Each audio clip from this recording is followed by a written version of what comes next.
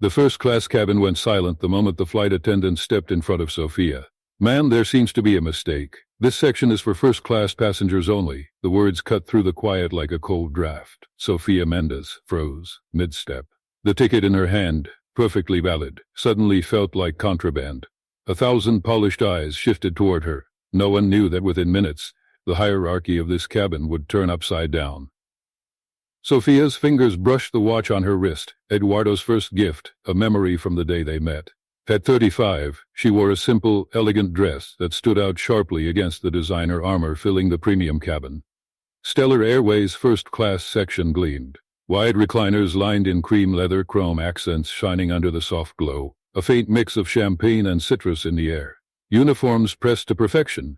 Eduardo had insisted she take this trip alone, as a reward for the charity gala she had just organized. "You deserve all the luxury in the world," he had said before an emergency meeting pulled him away. He promised to meet her at the resort just hours after landing. Taking a steadying breath, Sophia presented her boarding pass. The head attendant, Kamala Reynolds, tall and statuesque, glanced at the ticket, as if contact might stain it. Her gold stripes caught the light like metals. "I have a first-class ticket," Sophia said evenly. Camilla's smile barely reached her eyes. She rotated the pass, scanning it with exaggerated care. "Perhaps you were entered incorrectly," she said, performing skepticism like a well-rehearsed act. A man in a business suit peered over his financial paper. "Happens all the time," he announced loudly. "Economy keeps trying to sneak forward." A few passengers smirked. Others simply stared. A couple in matching designer clothes leaned. Camilla's voice dropped lower. "Let me check if there's space for you in the back. You might feel more comfortable there." The emphasis made the message unmistakable. "You don't belong here." Heat flared in Sophia's face, but her spine stayed straight. Years in uniform had taught her how to stand tall under scrutiny. "Please check again. My husband purchased this seat for me specifically." "Your husband?" said a woman with a diamond large enough to need its own insurance policy. "Everyone says that when they want an upgrade." Soft laughter rippled through the cabin. Another attendant drifted closer. Camilla's glance told her everything. Sophia's fingers tightened around the watch. Memories flashed. Early mornings, cramped galleys, pouring coffee at altitude, while believing that hard work could outfly bias. She had faced pettiness before, but never here, in a cabin she once served with pride. The cabin manager appeared, hat aligned with military precision, expression carefully neutral. "Ma'am, there seems to be a problem with your reservation. I'll need you to step off the aircraft while we resolve this." The words were polite, final. Eyes weighed on her, some pitying, some entertained. Sophia's voice stayed steady. "My ticket is valid. I have every right to be here." Camilla's smile thinned. Security. The doorway framed him like the opening scene of a film. Eduardo Vasquez stepped inside. 6'2", broad-shouldered, his navy suit tailored so precisely it seemed part of him. Silver traced his temples, sharpening features made for boardrooms and magazine covers. He didn't speak. He didn't need to. The cabin fell silent. Even the engines felt muted. His steel-blue eyes swept the scene. Sophia standing at the threshold, the line of attendants blocking her way, the passengers watching like spectators at a theater. The muscles at the corner of his jaw tightened just slightly. Only those who knew him well would catch it. "Sir, we're just resolving a small seating confusion," the cabin manager said quickly, his tone suddenly softer, his posture newly deferential. Eduardo walked down the aisle with unhurried confidence, the kind that made people lean back instinctively to let him pass. "That's my wife's seat," he said, voice calm, but carrying the weight of the verdict. 2A. Camilla's face drained of color. "Your wife." Eduardo stopped beside Sophia, resting a steady hand at the small of her back. "Yes, Sophia Mendez Vasquez. Has there been an issue with her accommodation?" The cabin manager's composure faltered. "Mr. Vasquez, we had no idea. We were simply following protocol." "Protocol to verify what exactly?" Eduardo asked, gaze level, controlled. "Whether she belongs in first class based on her appearance." The question struck like turbulence. The woman with the diamond necklace suddenly found the in-flight magazine very interesting. The cufflink executive stared at his shoes. The whispering couple went rigid, hands still locked together but utterly silent. Eduardo's eyes moved back to Camila. He didn't raise his voice. He never had to. "Before we married, Sophia was the youngest head flight attendant in Stellar Airways history. She knows more about protocol and service than most people here combined." A ripple passed through the cabin. Camilla's practiced smile faltered. "She once saved a passenger's life mid-flight," Eduardo continued, tone still level but edged with quiet pride. "Recognized symptoms before the man himself did. There's a commendation at headquarters with her name on it. I wonder how many of you have seen it. The manager swallowed hard. A bead of sweat traced Camilla's hairline. The glossy authority that had moments ago blocked Sophia now looked strangely out of place, like a costume that no longer fit. I asked the flight to hold for my arrival, Eduardo said, his words deliberate. Every syllable a controlled strike, because I planned to surprise my wife. It seems I arrived at the right moment. The manager opened his mouth to explain, but Eduardo cut him off with a glance, sharp enough to stop the sentence midair.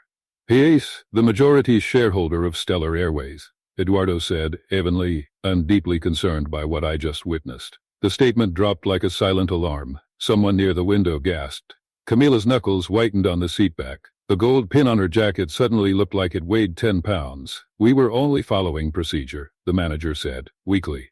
Misunderstandings have consequences, Eduardo replied. He pulled out his phone, typed with precise motions, and looked back up. I've just emailed the board. Effective immediately, every Stellar Airways employee will complete anti-discrimination training. Miss Reynolds, his gaze fixed on Camilla, you will be the first participant. Camilla's throat bobbed as she swallowed. Yes, sir. Eduardo turned to the manager. About the Director of Customer Experience role we discussed, my wife's history with this airline and her experience today make her the most qualified candidate, if she wants it.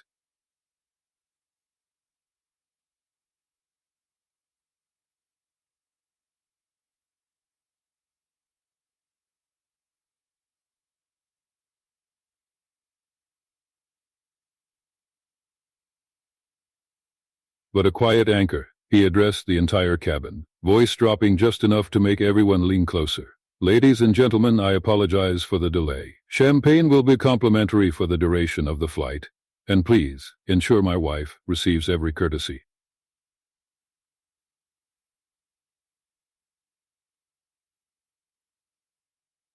She is due. Your future with this company depends on it. The transformation was instant. Camilla stepped aside, subdued. The cabin manager's posture collapsed into brisk compliance. The cufflink executive folded his paper, suddenly fascinated by the safety card. The whispering couple avoided eye contact. Respect or fear settled into the cabin like a new pressurization. Sophia walked to seat 2A, back straight, head high. She didn't gloat. She simply fastened her belt, inhaled, and let the sting of humiliation dissolve. Eduardo took the seat across the aisle, posture calm, but his eyes remained storm-steady. As taxi began, the cabin returned to its curated hush, but something fundamental had shifted of wine. You always knew how to make an entrance, Sophia said, a faint curve at the edge of her mouth. Eduardo's answering smile was softer than it had been on the plane. This wasn't how I planned our reunion, he admitted, sitting beside her. But I can't deny their faces were instructive. Sophia looked out at the horizon where the sky met the dark sea. For years I've avoided using your name or position. I wanted to stand on my own. And you did, Eduardo said simply. That gala you organized raised more for underprivileged children than any event our foundation has ever held. Hence she touched the watch on her wrist, its metal cool against her skin. Still, I miss the independence, the track I was building.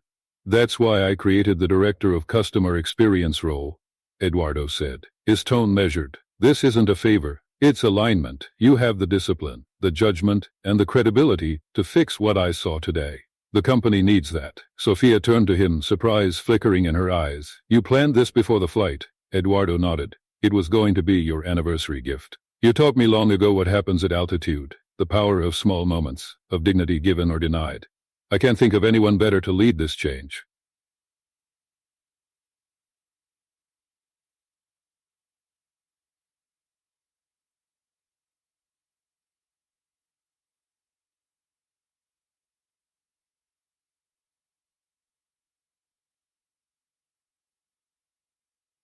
I didn't fall in love with Mrs. Vasquez, Eduardo said quietly.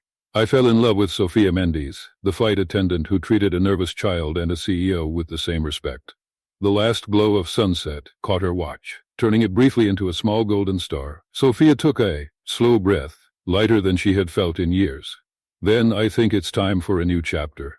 Eduardo's relief was visible, the tension in his shoulders easing. Tomorrow, we start transforming this airline. They sat in quiet for a moment, listening to the waves, the night folding around them like a curtain. The confrontation in the cabin felt distant now, but its lesson remained sharp. Dignity isn't granted by uniforms, tickets, or titles. It is practiced or it is violated. Call to action. What did you think of the turn on that plane? Did Eduardo's reveal land for you the way it did for that cabin? Too often people are judged by their clothes, their accent, or their background before anyone knows their story. Have you seen someone quietly underestimated or experienced it yourself? Tell us in the comments. Your perspective matters. If this story resonated with you, subscribe for more powerful narratives that challenge snap judgments and celebrate dignity. And let us know where in the world you're watching from. We'd love to hear from you.